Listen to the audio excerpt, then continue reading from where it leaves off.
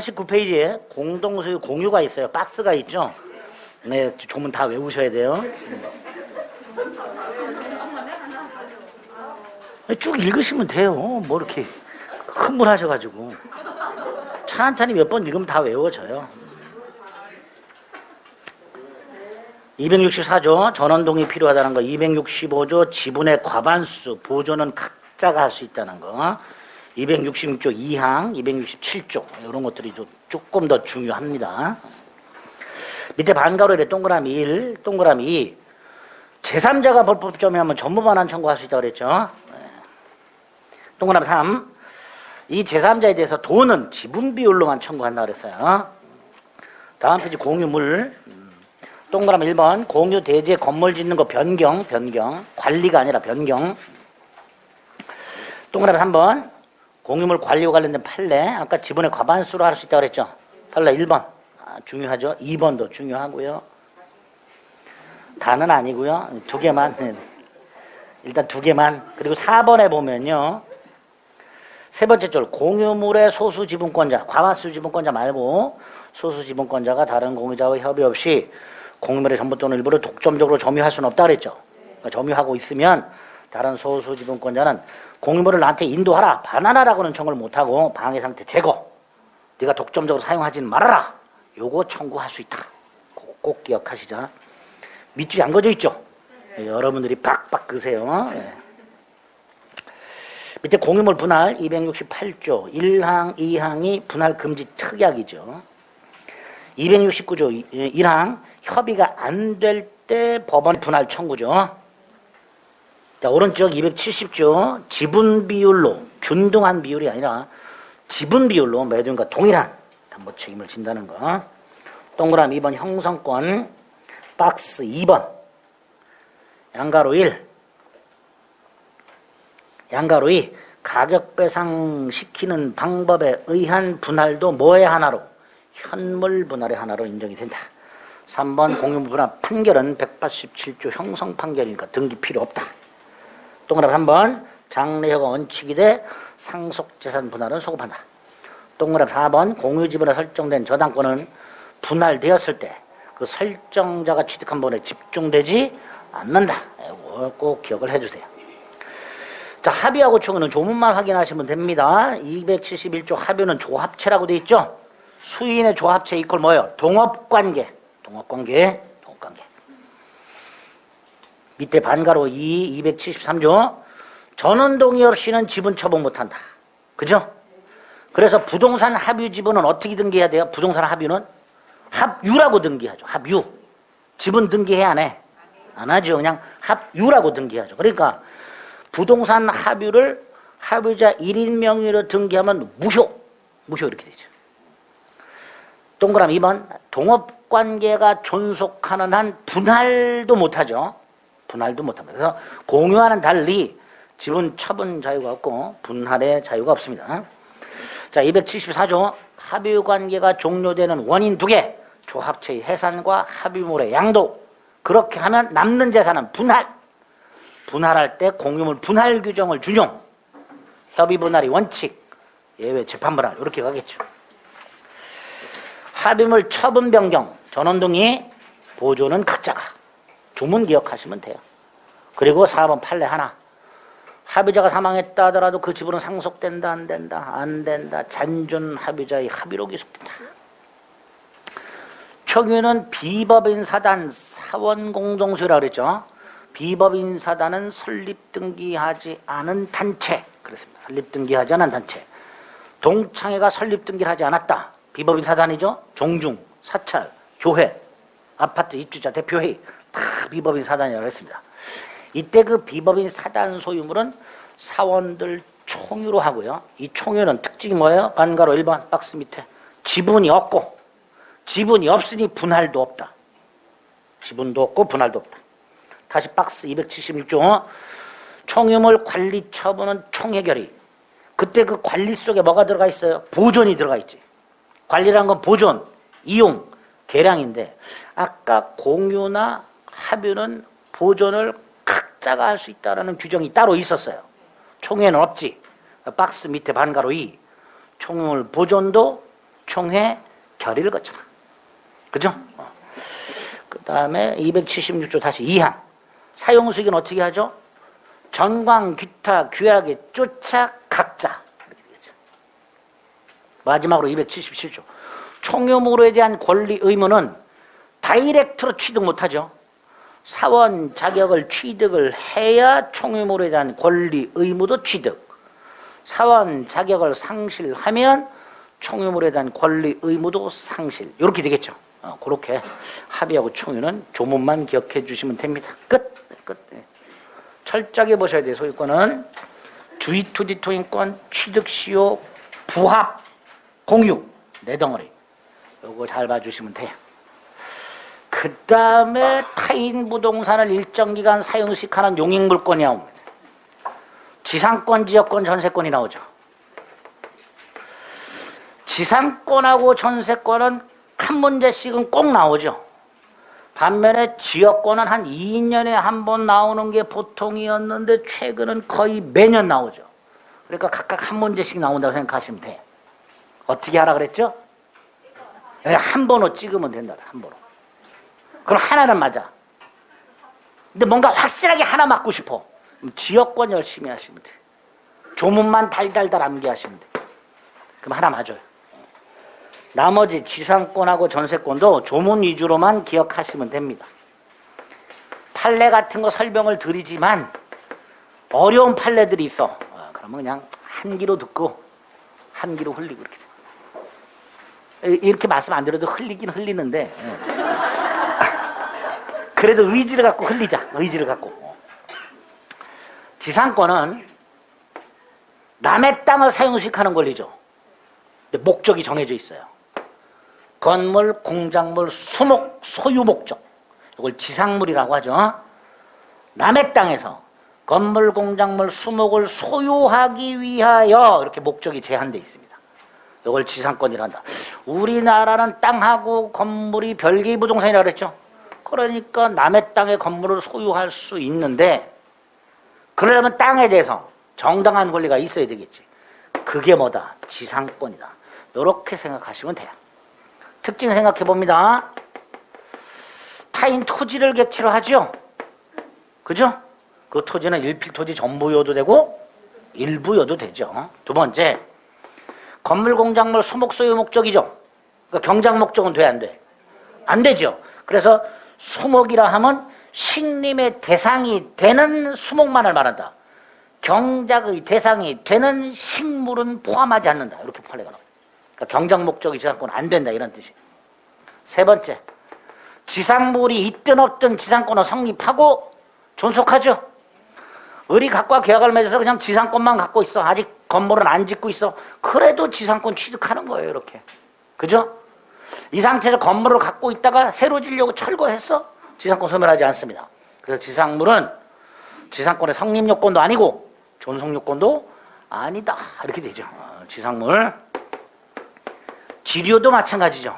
지료 지급할 수도 있고 안 할 수도 있죠. 당사자 약정으로 무상으로 얼마든지 할 수 있기 때문에 지료 지급은 지상권의 요소가 아니다. 이렇게 되죠. 다섯 번째. 근데 나중에 뒤에서 한 번 더 할 건데요.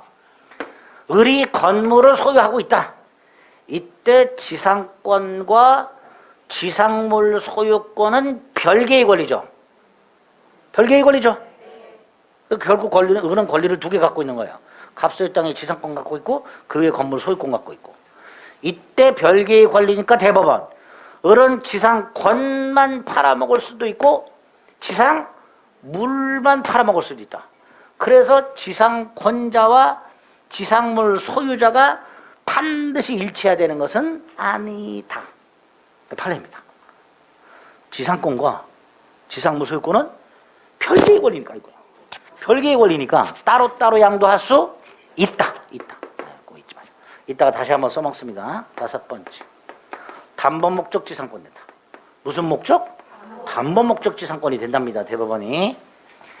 갑이 나대지를 담보로 돈을 빌리고서 은행에다 저당권을 설정했는데 이 상태에서 갑이 건물을 지어버리면 담보 가치가 하락하니까 은행은 건물 못 짓도록 뭐도 지상권도 취득. 요게 담보 목적 지상권. 담보목적 지상권 하나만 기억하시면 돼요. 갑이 돈을 갚아. 그럼 저당권 소멸하죠? 모두 소멸. 지상권도 소멸. 이때 지상권은 토지 사용 수익할 목적이 있다 없다? 전혀 없다. 따라서 설령 제3자가 이 땅을 무단으로 점유 사용하더라도 어른 그 제3자에 대해서 손해배상 따위 청구할 수는 없다. 이렇게 되겠죠. 사용 수익을 목적으로 하지 않는 담보 목적 지상권을 인정하고 있습니다. 어떻게 취득하는가? 권리 취득 방법은 크게 두 가지죠. 법률 행위와 법률 규정. 법률 행위는 뭐예요? 계약. 토지 소유자와 지상권 설정 계약을 하고 등기 하면 취득하겠죠. 간단하고요. 자, 법률 규정이 문제인데 일단 기본적으로 187조 적용될 수 있겠죠. 예를 들어서 이 상태에서 을이 사망을 하면 건물 소유권뿐만 아니라 지상권도 상속이 되겠지. 건물이 경매가 되면 경락에는 건물 소유권뿐만 아니라 지상권도 취득하겠지. 이렇게 지상권을 상속 등 경매 등을 통해서 취득할 수 있고 얼마든지 187조. 두 번째, 이게 중요하죠. 법정지상권이라고. 또 법원이 인정하는 게 있죠. 관습법상 지상권이라고. 두 개가 있죠. 분묘기지권과 관습법상 법정지상권. 두 개가 있습니다. 자, 여기서 이 법정지상권을 하고요. 관습법상 법정지상권은 그 출발이 일단 똑같아요. 토지와 건물이 존재하고 소유자가 동일. 여기서 시작을 해. 그 후에 어찌어찌 달라져. 거기에 이제 몇 가지 다른 점들이 생겨요. 일단 이 두 놈은 토지와 건물이 존재하고 소유자가 동일한 상태에서 출발한다. 그러다가 어찌어찌 달라졌다. 그럴 때 건물 소유자가 법률이나 대법원에 의해서 지상권을 취득하는 경우가 생긴다. 그걸 법정상권, 관습법상 법정상권 이렇게 불러요. 그중에 요 놈, 명문 규정에 의해서 건물 소유자에게 지상권을 인정하고 있는데 4개가 있죠. 그중에 민법이 2개가 있고 특별법에 2개가 있어. 그 특별법 2개 중에서 가등기담보법에 또 하나가 있어요. 그러니까 우리 시험법이 3개가 있어요. 또 하나가 이제 임목에 관한 법률에 있고요. 총 4개가 있는데 그중에 민법에 있는 것만 먼저 305조 전세권 가무 확인합니다. 자, 시작이 어떻죠? 토지와 건물이 존재하고 소유자가 동일. 이렇게 시작한다 그랬어요, 항상. 그리고 305조는 건물에만 전세권을 설정해 줍니다. 그럼 요 갑은 건물 소유자 겸 전세권 설정자가 됩니다. 자기 부동산의 전세권을 설정해 준 자. 이렇게 되겠죠. 이 상태에서 갑이 땅만 팔아. 왜? 모른다 그랬어요. 왜 땅만 파는지. 어쨌든 이렇게 돼서 결과적으로 토지와 건물 소유자가 달라졌죠. 자, 건물 소유자가 누구예요? 갑이에요? 을이에요? 또 누가 을이래? 갑이지. 을은 건물 전세권자. 건물 소유자는 누구? 전세권 설정자 갑. 이렇게 되죠. 그래서 대지의 특별승계인은 전세권자가 아니라 전세권 설정자에 대하여 지상권을 설정한 것을 본다. 이렇게. 요것만 기억하시면 돼요. 전세권자가 아니라 전세권 설정자. 그것만 기억하자. 더 생각하지 마. 왜 이렇지? 이런 거 생각하지 마. 딱 좋은만, 제발. 366조. 366조는 저당권 실행으로 대지와 건물의 소유가 달라지게 된 경우 이렇게 되는데 구체적으로는 이렇죠. 역시 토지와 건물이 존재하고 소유자가 동일. 그 상태에서 저당권이 실행이 돼. 설정이 돼. 다시 말해서 저당권 설정 당시에 건물이 있고 소유자가 동일해야 돼. 그리고 그 저당권이 실행이 돼야 돼. 그 결과 대지와 건물의 소유자가 달라져. 이럴 때 건물 소유자가 취득하는 게 366조 법정지상권이잖아요. 근데 요거는 판례가 좀 많다 그랬어요. 그 판례 중에서 기본이 되는 것만 몇 가지 한 기로 듣고 한 기로 흘리자. 갑소유 땅, 나대지야. 여기에 저당권이 먼저 설정이 되고 건물이 지어졌어.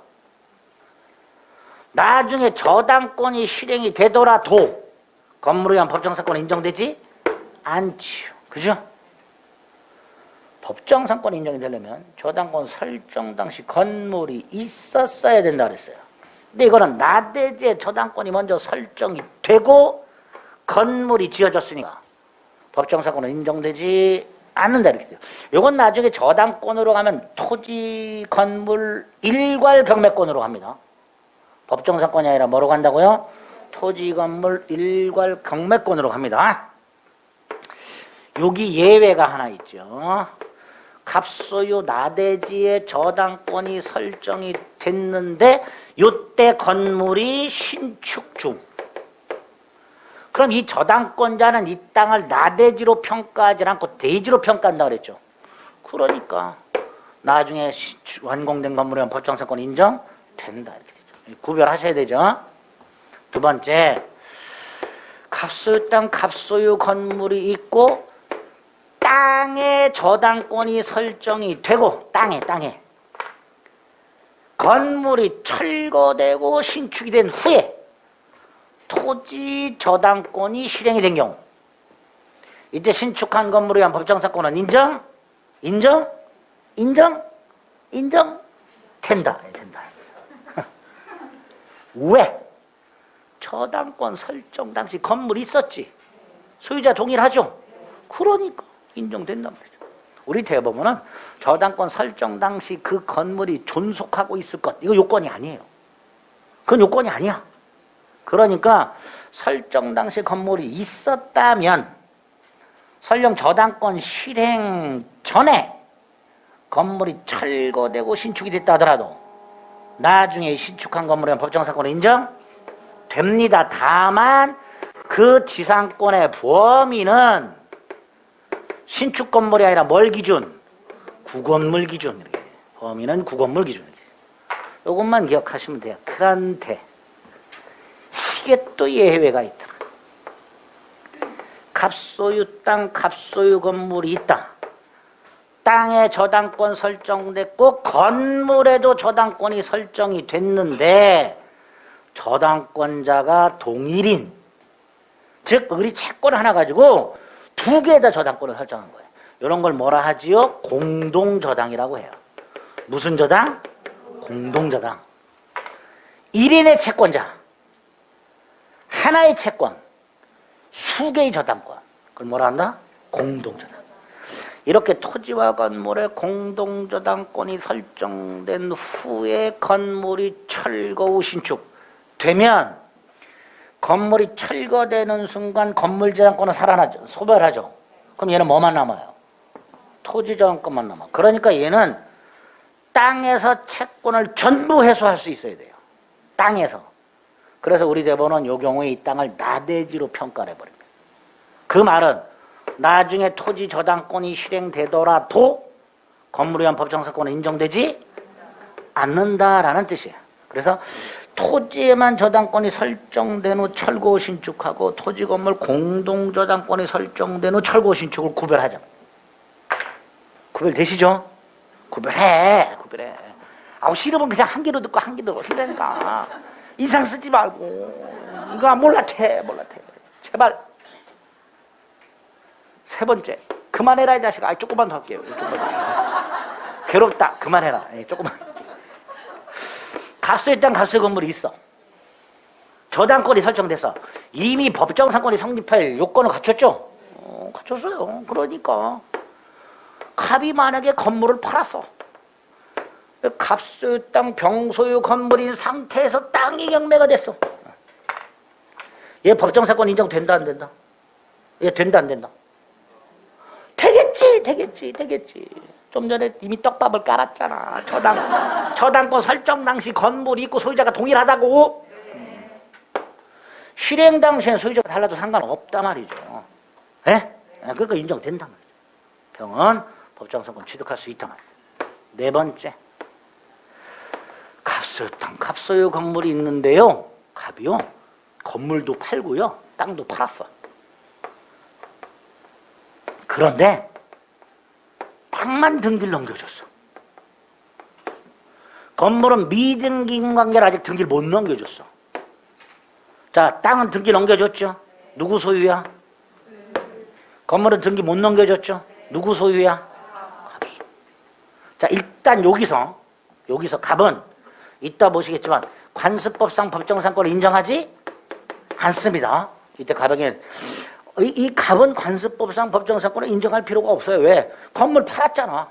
건물 소유권 을에게 넘겨줘야 되잖아. 건물 소유권을 이전할 의무가 있는 자에게 굳이 땅에 대한 지상권을 인정할 필요는 없다. 일단 요 상태. 그리고 요 상태에서 을이 돈을 빌리면서 처당권을 설정했어. 근데 돈을 못 갚아서 처당권이 실행이 됐어. 예, 366조 법정상권 인정된다 안 된다?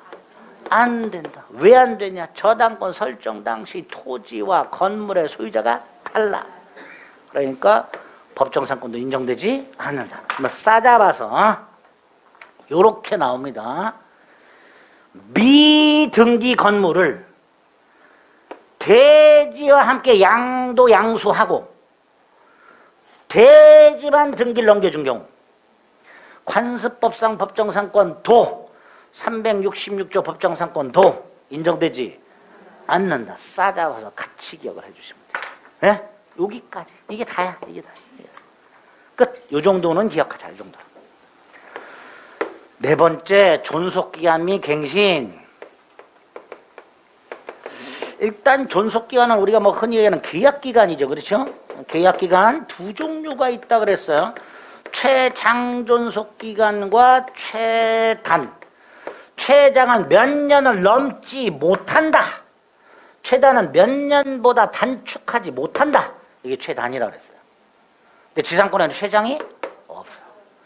따라서 대법원에야 뭐 100년도 되고 200년도 되고 심지어 영구무한의 지상권도 된다. 최장의 제한이 없으니까. 반면에 최단은 280조.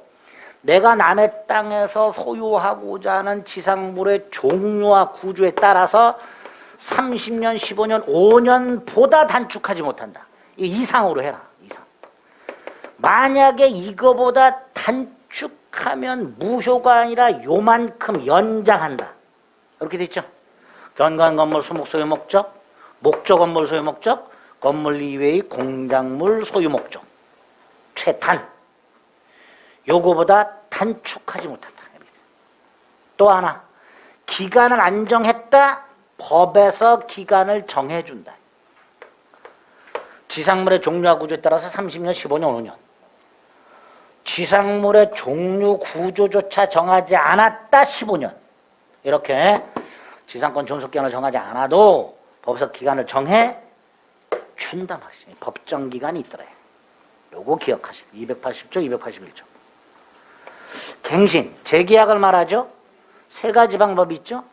합의로 갱신하는 약정갱신과 법에서 정한 일정한 요건을 갖추면 갱신한 것으로 간주하는 법정갱신, 묵시적갱신과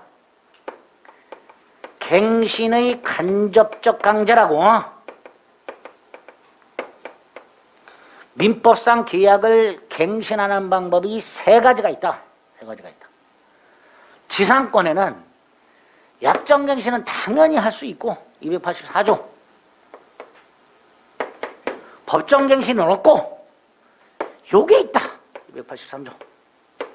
이거 뭐냐? 지상권이 소멸했어. 소멸했는데 283조에서는 그냥 지상권이 소멸한 경우라고 돼 있는데 대법원이 그걸 아주 좁게 해석해요. 기간 만료로 소멸.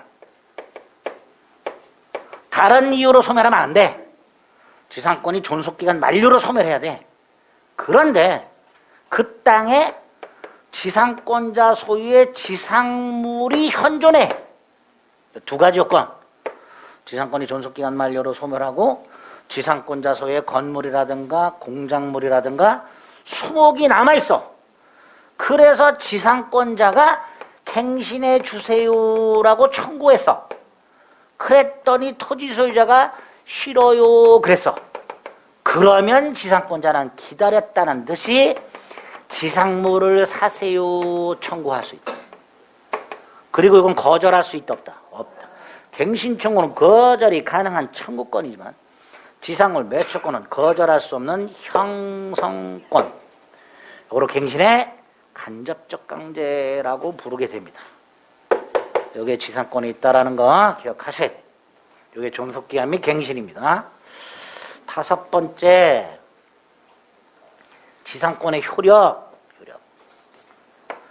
일단 지상권의 기본적인 효력이 4개가 있죠. 타인 토지를 사용 수익해야지 지상권자 스스로 적극적으로 사용 수익을 해야 돼요. 그 말은 토지 사용 수익할 수 있는 상태, 현상 유지 누가 해라? 지상권자가. 설정자가 현상 유지해 주는 게 아니다. 이게 임대차와 완전히 다른 점이죠. 임대차는 임대인이 현상 유지해 줘야 돼요. 임대인은 임차인이라고 목적물로 사용 수익할 수 있도록 해주겠다라고 약속하는 게 임대예요. 그러니까 사용 수익할 수 있는 상태를 임대인이 유지해 줘야 돼. 그 말은 필요비를 누가 부담하느냐의 문제예요. 임대차에서는 누가 부담한다? 임대인이. 하지만 지상권에서는 누가 부담한다? 지상권자가. 그래서 지상권자는 필요비 상환 청구권이 없어요. 자, 지상권자가 적극적으로 사용시켜야 되고 그 유지도 지상권자가 하라. 사용시키려면 점유해야 되니까 점유권 인정되고 상린관계 적용되며 소유권에 기초한 물권적 처권 213조, 214조를 준용한다. 물권적 처권 인정된다. 기본이죠. 기본이 되는 효기 4가지. 거기에다가 지상권 양도 등이 나온대요.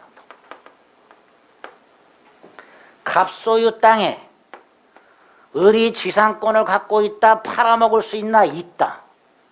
지상권 양도할 수 있죠? 지상권을 담보로 돈 빌리고 저당권 설정할 수 있다.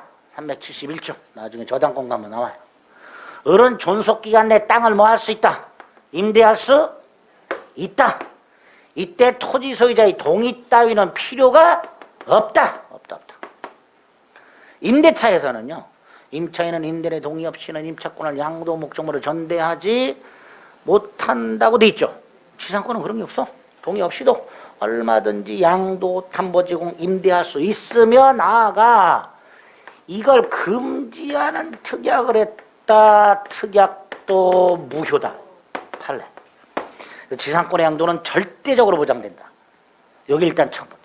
꼭 기억하셔야 돼요. 여기에다가 조금 더 생각해 볼 수 있는 게 건물이죠. 을이 건물을 소유하고 있다. 아까 뭐라 그랬어요? 건물 팔아먹을 수 있죠? 자기 거야. 얼마든지 팔아먹을 수 있어. 돈 빌리고 건물에 저당권 설정할 수 있죠? 이때 이거 지상권 양도, 건물 양도 따로 할 수 있다고 그랬죠? 을은 지상권만 양도할 수도 있고 지상물만 양도할 수 있다. 단. 이 지상물의 소유권. 이게 목적이죠. 예? 을은 건물을 소유하기 위하여, 그러니까 소유권이 뭐가 되는 거야? 목적. 그래서 수단으로 뭘 갖고 있는 거야? 지상권. 이게 목적이고 이게 수단이야. 한 사람이 2개의 권리를 갖고 있는데 하나가 목적, 하나가 수단. 목적이 주된 권리, 수단이 종된 권리. 대표적인 게 담보물권이죠. 을이 가볍게 돈을 빌려줬어. 채권이 주야. 그걸 우선 변제받으려고 건물에 뭘 갖고 있어? 저당권. 채권이 주, 저당권이 종. 이렇게 되겠죠. 마찬가지. 주, 종의 관계가 있어. 이때 특별한 사정이 없는 한 종된 권리는 주된 권리의 처분에 따른다. 그러니까 을이 건물을 팔면서 병의 건물을 팔아요.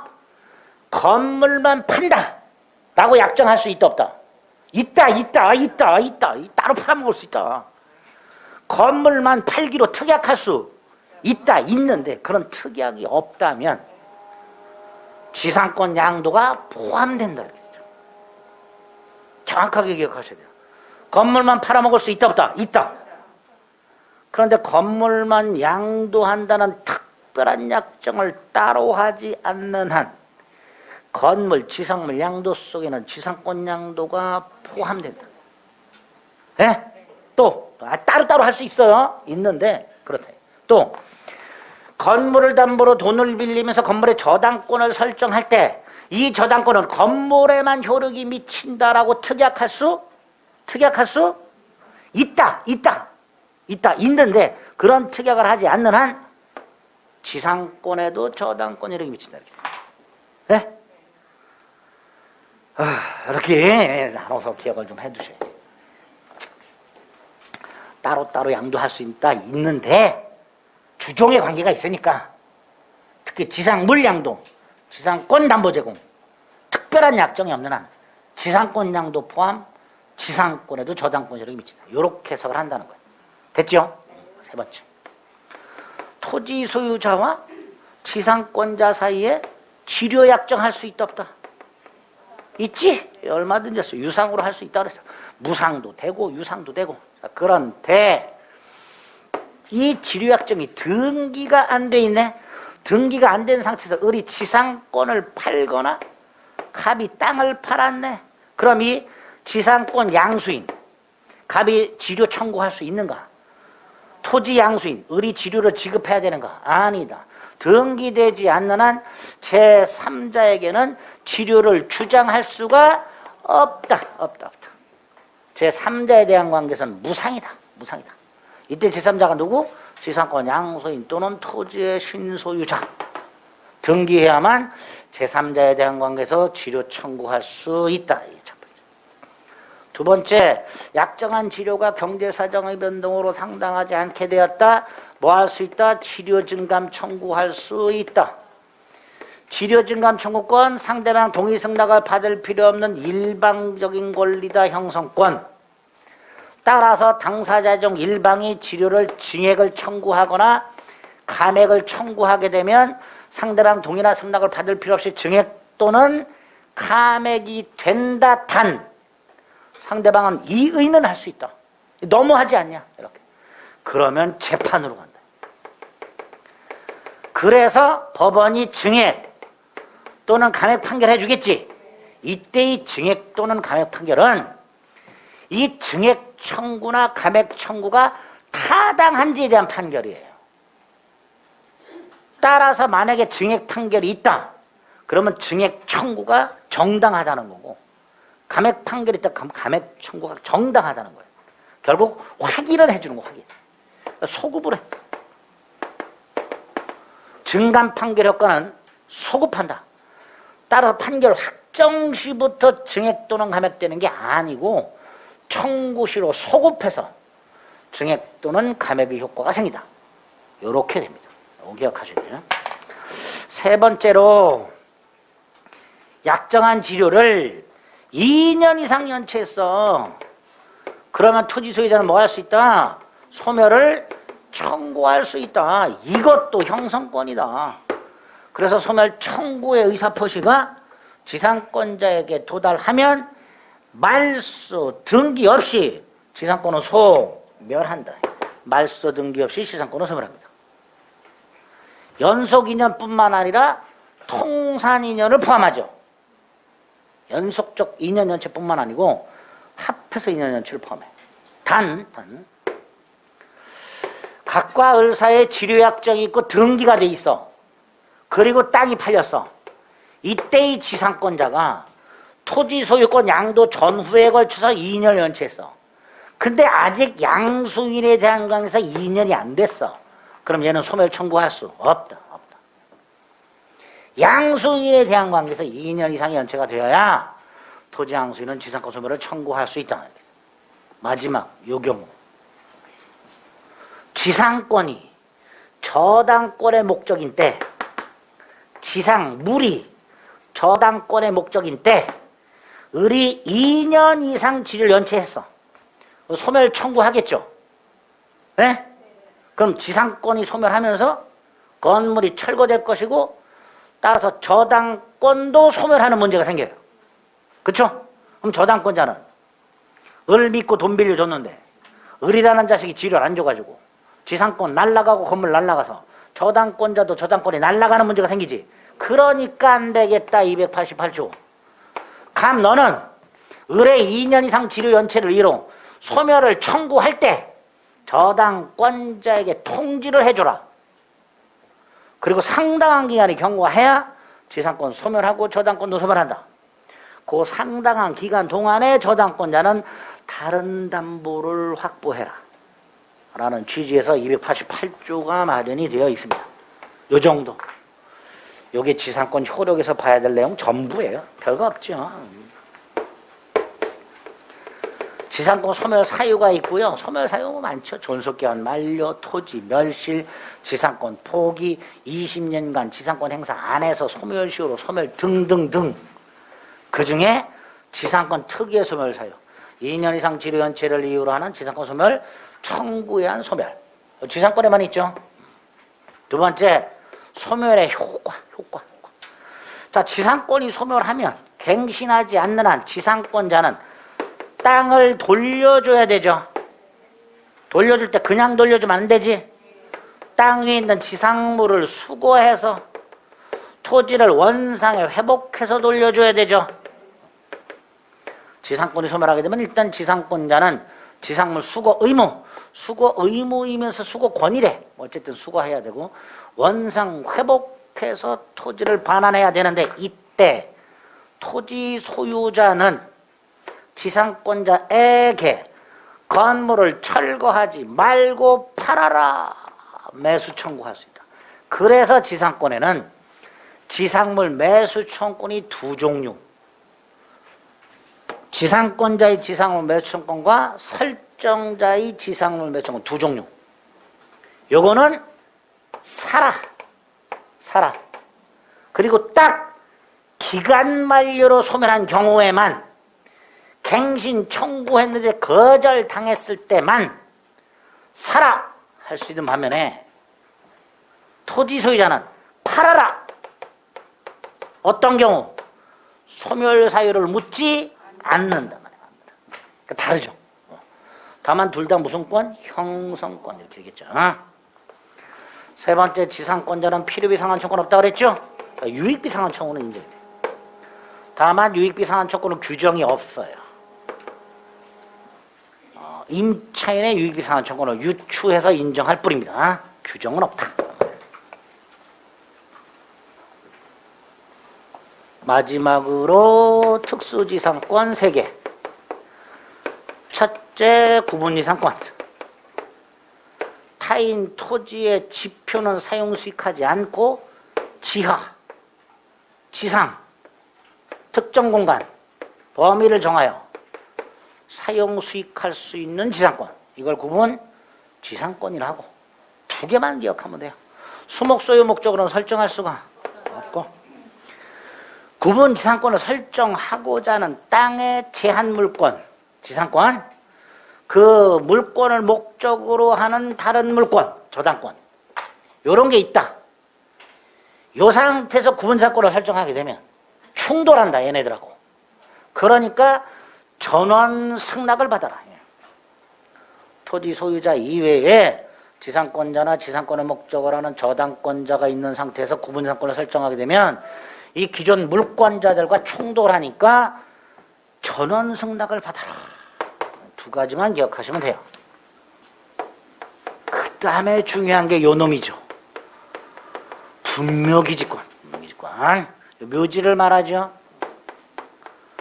분묘기지권.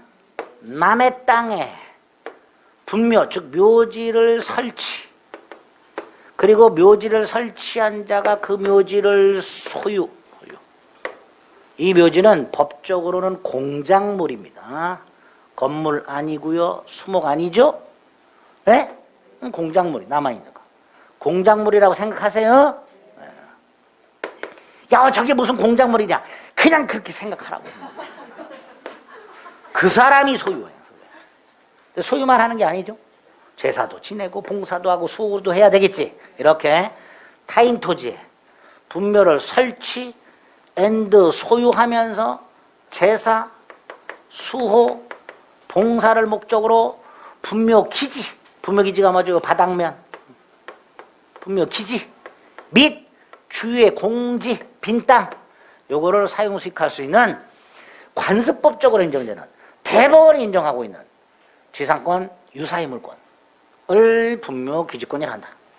그냥 대법원이 인정하는 특수지상권이다 라고 생각하시면 돼요. 어떻게 취득하는가 세 가지 방법. 첫째, 토지 소유자의 승낙을 받아서 설치. 가장 깔끔하죠. 두 번째가 장사 등에 관한 법률.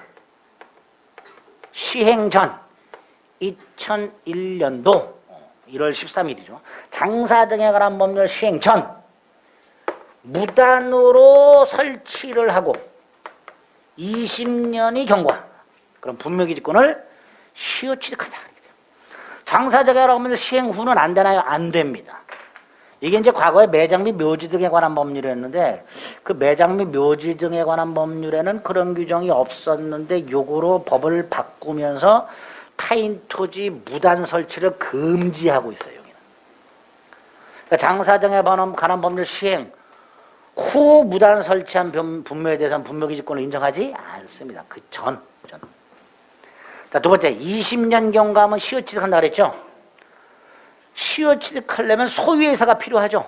소유회사 필요 있어요, 없어요? 없어요. 지상권입니다.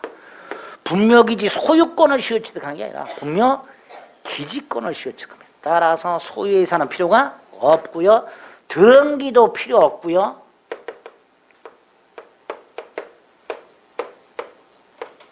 그 다음에 과거에는 무상이라 그랬죠? 유상으로 바뀌었다. 치료 지급해라. 언제부터? 토지 소유자가 치료를 청구한 때부터. 토지 소유자가 분묘기지권자에게 치료를 청구한 때부터 치료를 지급해야 한다. 기억하자.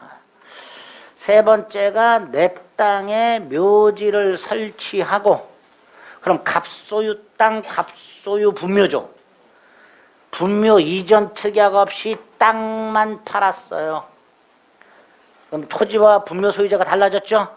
마치 법정상권을 인정하듯이 갑은 분묘 귀지권을 취득한다. 요거는 유상이다. 이건 유상이다. 자, 이렇게 분묘지권을 취득하는 방법 세 가지가 있고 좀 전에 등기 필요 없다 그랬죠? 왜? 봉분의 형태가 공시방법입니다. 봉분의 형태가. 따라서 평장, 암장, 자연장, 수목장 분묘지권 인정되질 않을 것이고요. 제사수호 봉사를 목적으로 한다 그랬죠. 여기 유골이 들어있지 않은 가묘야. 제사수호 봉사할 리가 없지. 그러니까 가묘의 경우에도 분묘기지권을 인정할 수가 없다. 이렇게 돼. 평장, 암장, 자연장, 수목장, 가묘. 분묘기지권 인정 안 돼. 세 번째. 누가 취득한다 그랬죠? 종손. 장손이 아니라 종손. 종손. 근데 후레종손이 있어. 이 자식이 방치해서 종중이 관리해. 그럼 종중이. 원칙 종손. 범위. 분묘 기지 플러스 주위의 공지. 면적은 어느 정도? 몰라. 정해져 있는 거 없어. 그죠? 주위의 공지. 장사 등에 관한 법률에는 분묘 기지 면적을 제한하고 있는데요. 그렇지. 거기는 분묘 기지 면적만 제한해요. 분묘기지권은 공지에까지 미쳐. 그럼 이렇게 말하겠지. 분묘기지권의 범위가 장사 등에 관한 법률에서 정해놓은 분묘기지 면적 범위 내로 제한되지 않는다. 말이 어려워. 말이. 분묘지권은 공지까지 미치니까 장사 등에 관한 법률에서 정해진 면적보다 크다 말이죠. 그걸 뭐라 그래? 그 법에서 정한 면적 범위 내로 제한되지 않는다. 이렇게 표현하죠. 아니 그보다 넓다 그러면 내가 꼭 이렇게. 그지 같아. 분묘 둘레의 반달봉의 언덕 사성 부분에까지 당연히 미치는 것은 아니다. 분묘기지권의 효력이 미치는 범위 내에서 새로운 묘지를 쌍분 형태든 기존 묘와 합장하여 단분 형태든 신설할 권능은 없다. 분묘기지권의 효력이 미치는 범위 내에서 햇빛이 잘 드는 곳으로 이전할 권한도 없다. 이렇게 됩니다. 범위죠. 존속기간. 민법상 지상권 존속기간은 적용이 없고 분묘에 대한 제사수호 봉사가 계속하는 한 분묘기지권은 존속한다. 지료는 말씀드렸고. 언제 소멸해요? 두 가지가 있죠. 봉분이 멸실된 경우, 분묘 기지권을 포기한 경우. 자, 그래서 분묘 기지권 포기는 뭐예요? 분묘에 대한 제사, 수호, 봉사를 장기간 방치. 그럼 포기한 걸로 봐요. 그래서 토지 소유자는 이전을 청구할 수 있겠죠. 일단 봉분이 멸실, 분묘 기지권은 소, 봉분이 아까 공시방법이라고 그랬죠. 그리고 봉분이 멸실이 되면 분묘 기지권은 소, 멸하되 단 일시적 멸실에 불과한 경우, 즉 유골이 존재하고 원상복구가 가능한 상태, 이건 일시적 멸실, 이때는 소멸하지 않는다. 여기까지. 분명히 올해 출제할 여지가 아주 높다 그랬어요.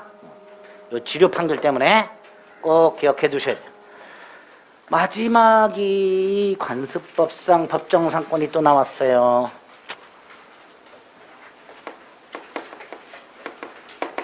관습법상 법정상권은 아까 305조, 366조가 요건이 까다로웠죠. 305조는 건물의 전세권 설정, 토지만 팔아. 366조는 저당권 설정, 당시 건물이 있고 소유자 동일. 요건이 굉장히 까다로웠어요. 그거 이외에 의요건, 토지와 건물이 존재하고 소유자가 동일 한 상태에서 매매 등 기타 사유로 땅만 팔거나 건물만 증여하거나 땅만 강제경매가 되거나 등등등 어떤 이유에서건 토지와 건물의 소유자가 달라졌어. 예를 들어서 갑이 땅만 증여를 했어. 이렇게 토지와 건물의 소유자가 달라졌죠. 뭐 건물의 전세권 설정 이런 거 없고요. 저당권 설정 이런 거 없어. 어쨌든 토지 건물이 존재하고 소유자가 동일한 상태에서 어찌어찌해서 토지 건물의 소유자가 달라졌고 엔드. 요 토지와 건물 소유자 사이에 관습법상 법정 지상권을 포기, 즉 배제하는 특약이 없어. 요럴 때 건물 소유자가 취득하는 지상권을 관습법상 법정상권이라고 합니다. 첫 번째, 포기 특약이 없어야 인정되니까 포기 특약 할 수 있다라는 거죠. 그죠? 하지만 아까 봤던 305조 법정상권이나 366조 법정상권은 강행 규정입니다. 포기 특약은 무효입니다. 아까 봤던 305조, 366조 법정상권과 성질이 달라요. 저건 강행 규정이야. 포기 못해. 하지만 관습법상 법정상권은 포기할 수 있다. 그 다음에 요건 보겠습니다. 토지 건물이 존재하고 소유자가 동일해야 되죠. 첫째, 처음부터 동일할 필요가 없다.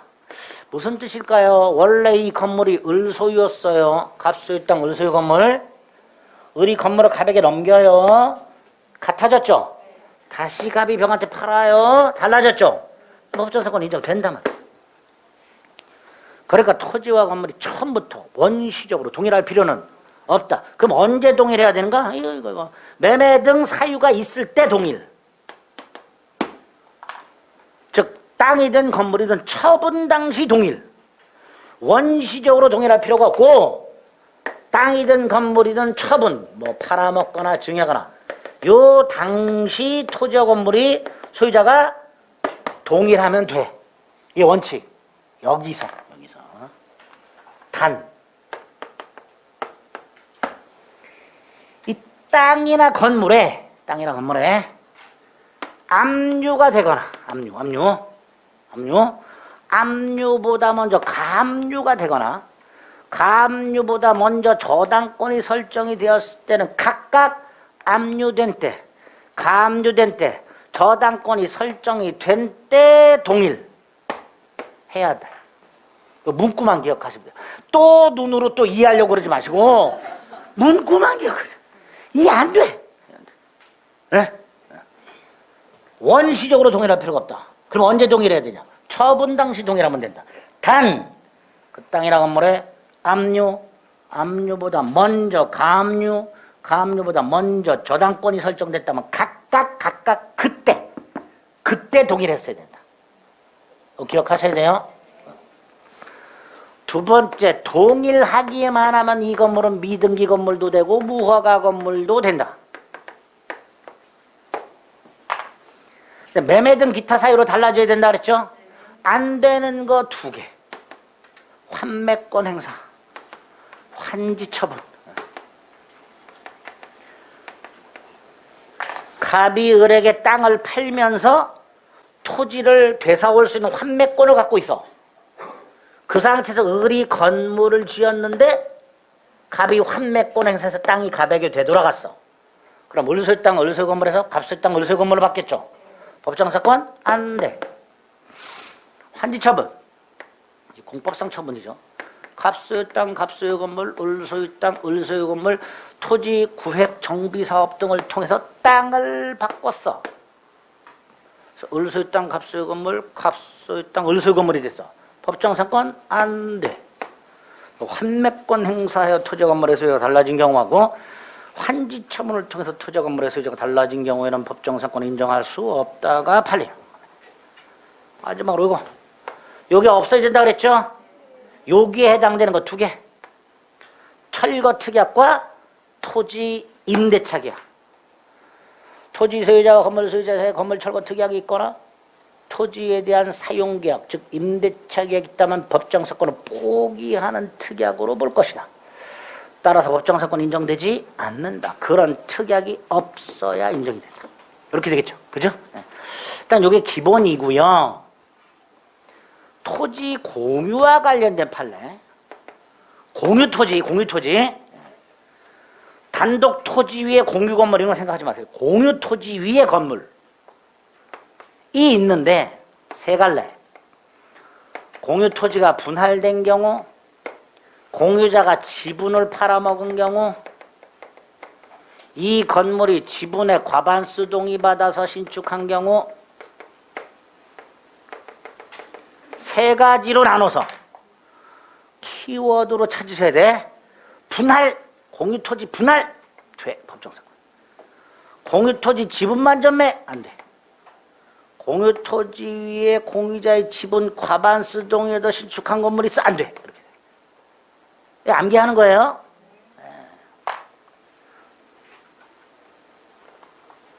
구분 소유적 공유. 역시 그림으로 땅이 하나 있어. 일필지 땅이야.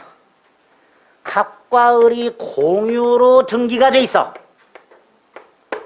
그런데 가봤더니 가운데다 담벼락을 딱 치고 특정 부분을 독점적으로 이렇게 사용식하고 있어. 이런 걸 구분 소유적 공유라고 합니다. 대외적으로는 공유야. 대내적으로는 단독 소유. 대외적 공유. 대내적 단독 소유. 이걸 뭐라 한다? 구분 소유적 공유.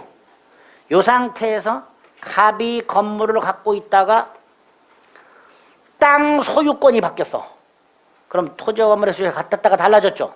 법정사건 인정이 돼. 이 경우에는. 하지만 을이 독점적으로 소유하는 땅에 갑이 건물을 갖고 있었어. 그럼 토지와 건물의 소유가 처음부터 다르죠. 안 돼. 이렇게 되겠죠. 구분 소유적 공유자가 자신이 배타적으로 점유하는 부분에 건물을 소유하고 있다가 어쩌고 저쩌고 돼. 구분 소유적 공유자가 다른 공유자가 점유하는 땅에 건물을 지어서 갖고 있다가 어쩌고 저쩌고. 그럼 안 돼. 구별되죠? 그리고 아까 어디 갔어? 지웠구나. 따로 기억할 거. 아까 땅과 건물을 다 팔았는데 땅만 이전 등기. 그 땅은 을소유, 건물은 미등기 관계로 등기를 못해서 갑소유. 이때 갑. 관습법상 법정사건 인정되지 않는다. 그죠? 이런 것들이 관습법상 법정사건이에요. 등기 필요 없지요?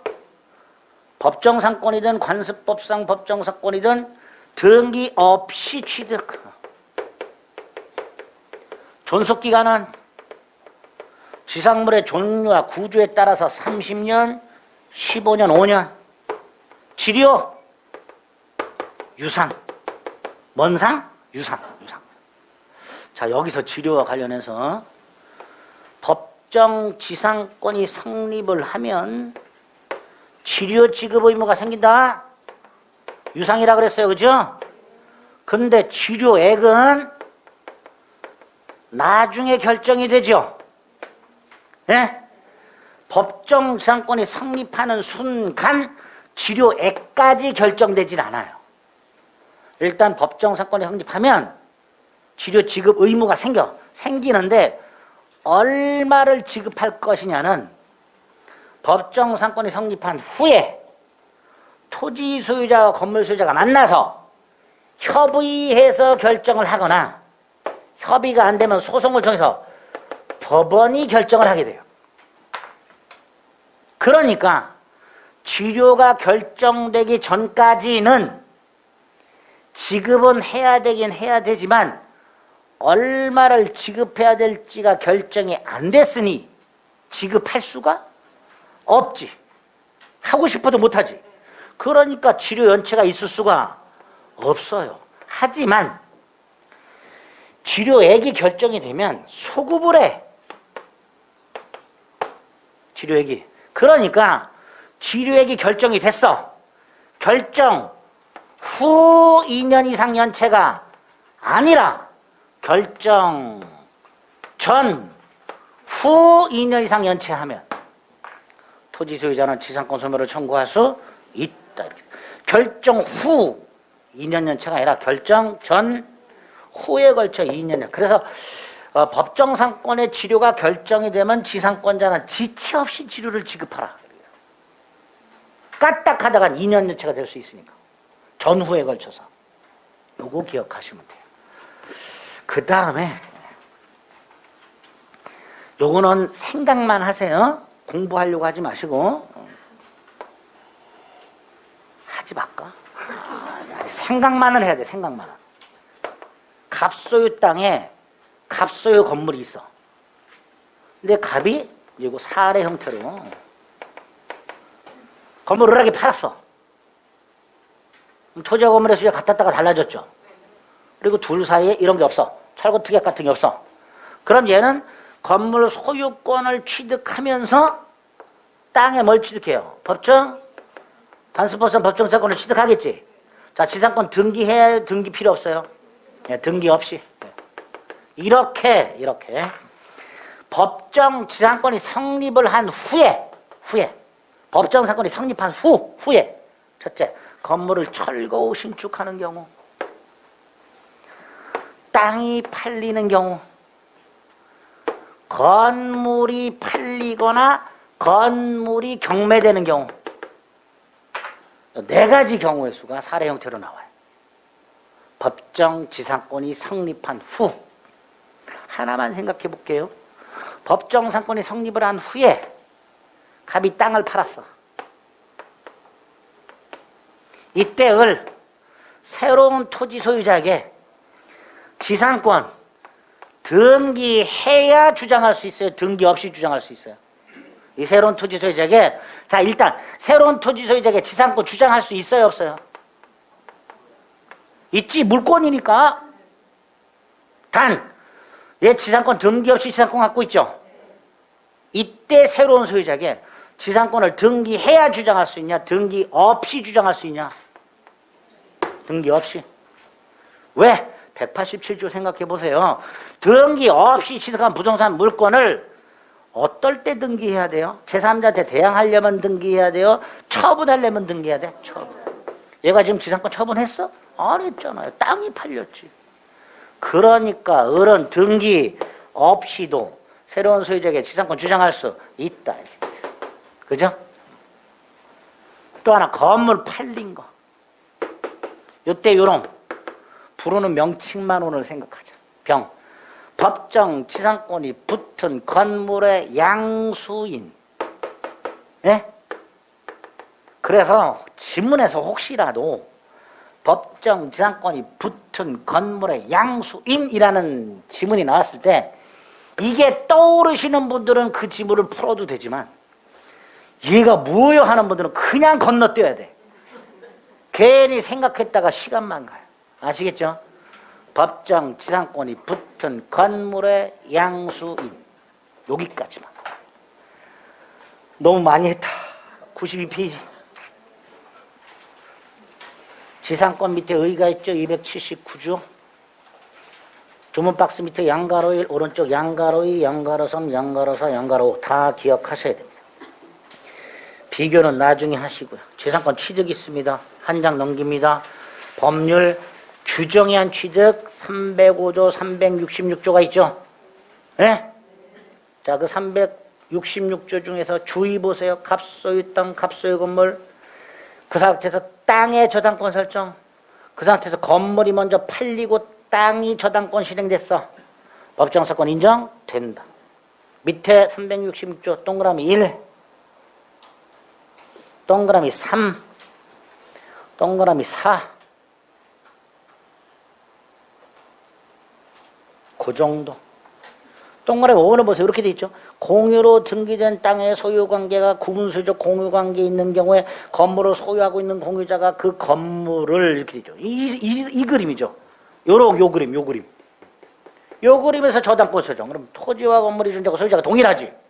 그러니까 세 번째 줄 법정상권을 취득하며 라고 돼 있죠. 그죠? 자, 맨 밑에 반가로 3번. 건물을 땅과 함께 샀는데 땅만 등기. 아까 뭐라 했어요? 관습법상 법정상권도 366조 법정상권도 인정될 수 없다. 그 정도. 존속기한 280조 1항 2항. 밑으로 쭉 내려서 양가로 보면 81조 기간 정하지 않은 거. 계약 갱신과세를 한 장 넘겨서 283조. 갱신의 간접적 강제. 갱신 청구 및 지상물 매수 청구. 1항 2항. 밑에 지상권 효력 양가로 1번이 기본적인 효력이고요. 양가로 2번 중요하죠. 반가로 1에 판례가 있고요. 반가로 3번. 양가로 3번 저당권 설정할 수 있고요. 오른쪽 지료지급 의무 반가로 1번 그리고 판례. 반가로 1번 지료 증감 청구, 반가로 3번 지료 체납의 효과가 있고 거기 판례. 아주 중요하죠. 지상권 소멸 사유가 쭉 나오는데 그 중에서 제한, 이거 뭐였죠? 아까 지상권 또는 지상물의 저당권이 설정된 상태에서 지상권자가 2년 이상 지료 연체한 경우 토지 소유자는 그 저당권자에게 통지하라. 소멸 효과 동그라미 2번 지상물 수거 의무가 있다 그랬죠. 거기에 다음 페이지 285조 2항 토지 소유자의 지상물 매수 청구권. 그래서 그 밑에 표 지상권 설정자의 지상물 매수 청구권과 지상권자의 지상물 매수권 비교하라. 3번 유익비 상환 청구 있다 그랬죠. 규정은 없다. 규정은 없고 특수지상권의 구분상권은 거기 조문박스 밑에 반가로 1, 반가로 2. 그 다음에 이제 분묘기지권. 오른쪽 취득사유가 3가지가 있죠.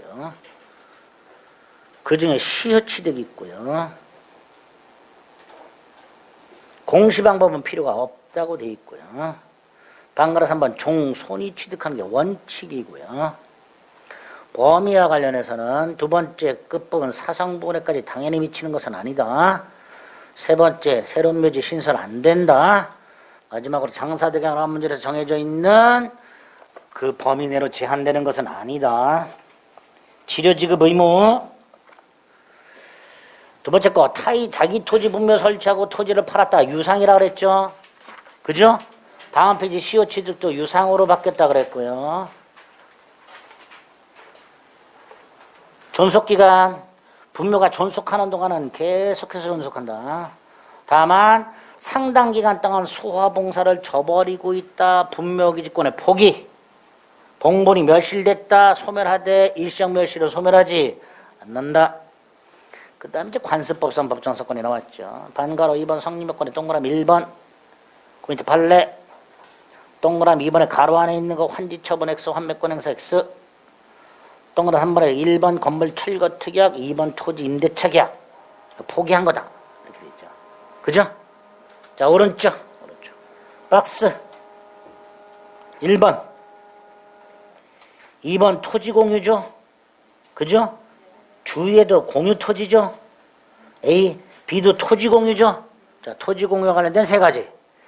A, 분할 빼고 2번에 지분만 전매, B의 과반수 동의하다 신축.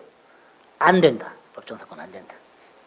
3번은 구분소유적, 여기 보세요. 구분소유적 공유관계에 있는 자가 자신의 특정 소유가 아닌 부분의 건물 신축. 요거죠. 요 그림이죠. 그럼 법정사건 인정? 안 돼. 안 돼. 결혼. 됐습니다. 그리고 범위가 있어요. 됐고. 존속기간. 치료 지급해야 된다 그랬죠? 치료 지급해야 된다. 그리고 7번이 아까 말씀드린 대로 법정상권이 성립한 후에 토지가 팔리거나 건물이 팔린 경우 두 가지. 그 중에 토지가 양도된 것만 일단 생각해달라. 됐죠? 네? 나머지는 생각 안 하셔도 됩니다. 일단. 여기까지가 지상권이고요. 어려운 판례 같은 거 빼버리고 이해하는 한도 내에서 조문 위주로 머릿속에 넣어두시면 됩니다. 아시겠죠? 네. 지역권은 좀 쉬었다 하겠습니다.